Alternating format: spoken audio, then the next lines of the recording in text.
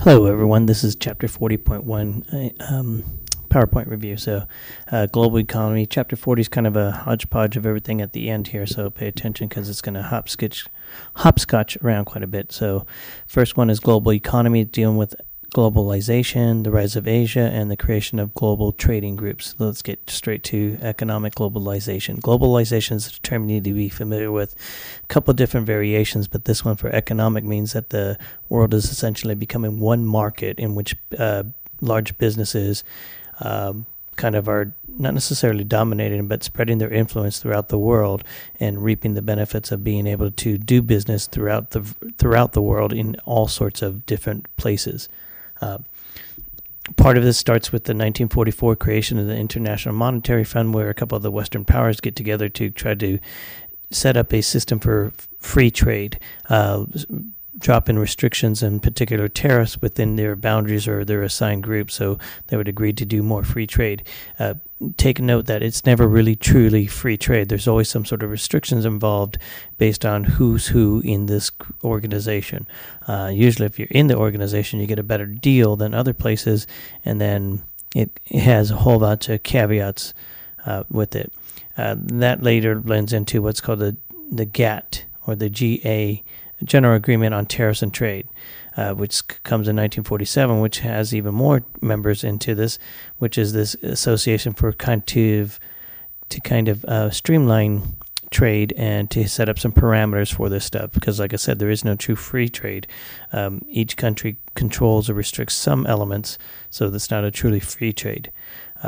This one it starts in 1947, gets even bigger, and then leads directly to the World Trade Organization, which is established in 1995, and it's an outgrowth of the General Agreement on Tariffs and Trade, the GATT one. The World Trade Organization is a very powerful organization that sets up, like we said, agreements or principles and ideas about how to do trade, and it has definitely has some pull in it, in the sense that if you violate the rules of this group, you can face some repercussions in the sense of trading limits, embargoes, and other elements where they'll you didn't go along with our plan, so here's the consequence. With the plan, they also help to develop some trade throughout the world and improve conditions or access to trade and markets throughout the world. Global corporations are the groups that kind of get this going because they want to extend their influence to other places so they could make more profit. With it, we're going to have this rise from global corporations or companies that, like start in the United States or start in a Western country and then have branch offices, to the point where they're going to be a truly global corporation where they're not going to have any specific address, but rather many specific addresses doing trade throughout the world. Part of this stems from, at least from the U.S. version, the idea to reduce the cost of labor. One of the biggest costs that companies have is to pay labor, and so they're going to move the jobs that they can out of the U.S., where the rate of pay is quite much higher than other places, and move those jobs to other places, what's referred to as outsourcing as well. They also do a lot of stuff to take advantage of taxation policies, and so there's countries like in the Caribbean and a couple in Europe where there is no company there, it's just an address, but they have a home base there because the tax policy is much more lenient. So this is tax evasion. I'm sorry, it's not tax evasion, it's smart business. But in a sense, these companies are messing up the long custom standard of that companies reap the benefits from the community they're in, and therefore that they should pay some sort of tax into the system to help the community's benefits. So with this, they're taking this tax pool and causing chaos for groups that have been relying on it for a long, long time. This is the essence of the implication for exploitation of human and natural resources. They're going to the places where they could get the items cheap, where they could get the labor cheap, and then selling their products around. But their tax base is, or their tax that they might have contributed to those societies in which they do business, is not really being seen because they've created situations where they're paying less and less tax because of the shopping around for a better deal. Okay. The next item is the economic growth of Asia, and this comes in right after World War II. In particular, the highlight is Japan, which up until this time was viewed kind of as a tough road to go because they did industrialize, but World War II kicked their butt, And then after World War II, the U.S. is going to control them, dominate them, or to kind of guide them. Well, that ends real quickly because Japan gets their act together and very quickly industrializes and returns to their pre-World War II production level, but doing different things. They're also going to benefit from the fact of the Marshall Plan that's dedicated for Japan. It's not the Marshall Plan, but I think it's $2 billion in aid to help them build up their stuff. And also the fact that they don't have to spend anything on the military, because one of the caveats of their World War II armistice was that they would never have a large military and that the U.S. would protect them. So with that, they're able to throw a lot of their resources into rebuilding their infrastructure and their industrialization. And then they're going to be very quickly be kind of what China is today, where they're going to be the makers of cheap products, and lots of them that are going to enter the U.S. market. Okay, and then that's going to switch over for Japan, where they're going to be the experts in making good quality products, in particular in technology aspects, recorders, cameras, and those type of things.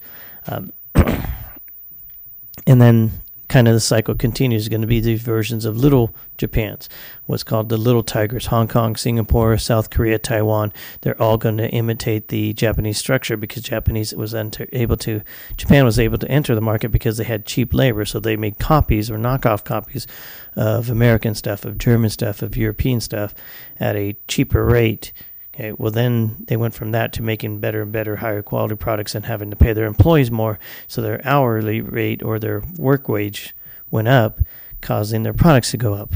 Well, now fast forward to the 1990s, and you're going to have the four little tigers that are going to do the same thing, where they have cheap labor and they're going to make copies of things, and then eventually, or the idea, the pattern will be that their pay rate will continue to increase, and so will their quality.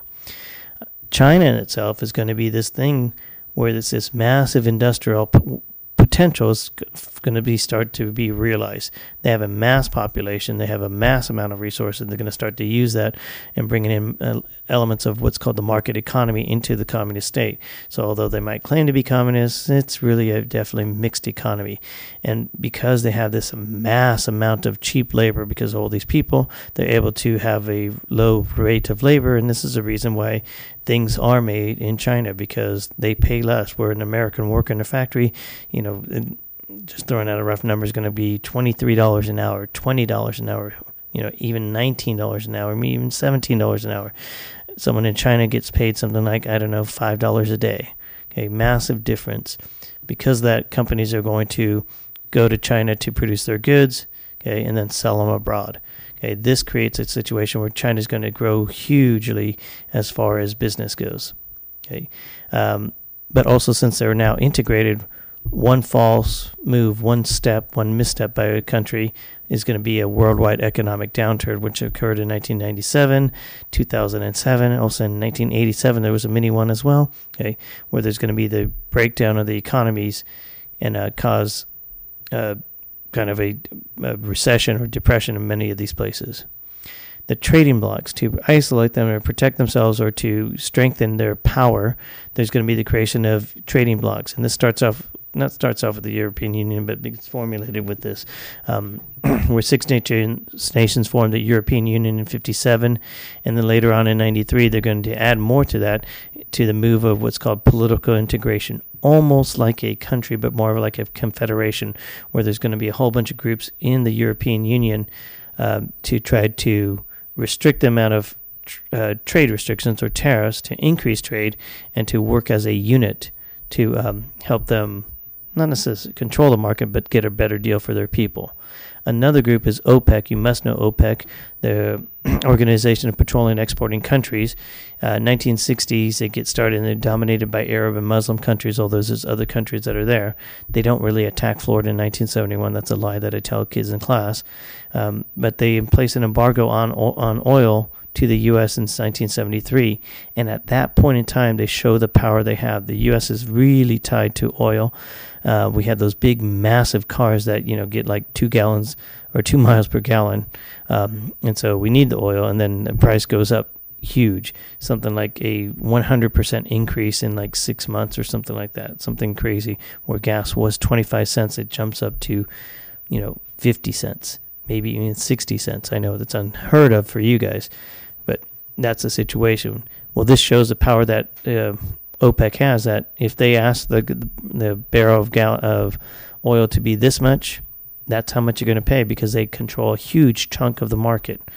Another typical trading block, or not typical, another example of another trading block is ASEAN, okay, the Association of Southeast Asian Nations, and they're going to work similar to the European Union, but not as strong, not as cohesive, but they're going to try to get a better deal. And then most recently would be the North American Free Trade Agreement, NAFTA, which brought Canada, the United States, and Mexico together to knock down trade restrictions and barriers. And there's a whole bunch. It's, like I said, going back to, it's no real true free trade system, but kind of the idea that they're working towards getting there so that it'd be one big common market. Also, there is also the implication that perhaps it'll be open, NAFTA will be open up to more countries within the American continent, so Latin America and South America as well. But that somewhere may or may not happen down the road. Okay, here's a map of the European Union. Notice all the ones in kind of this beige. Those are members of the European Union. Of course, Switzerland is not. Switzerland never joins anything. They always stay neutral.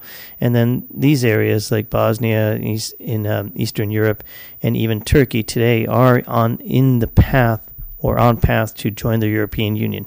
With it, they become one group, okay, working together as far as an economic, and they all share some sort of tax incentive or tax, not code, but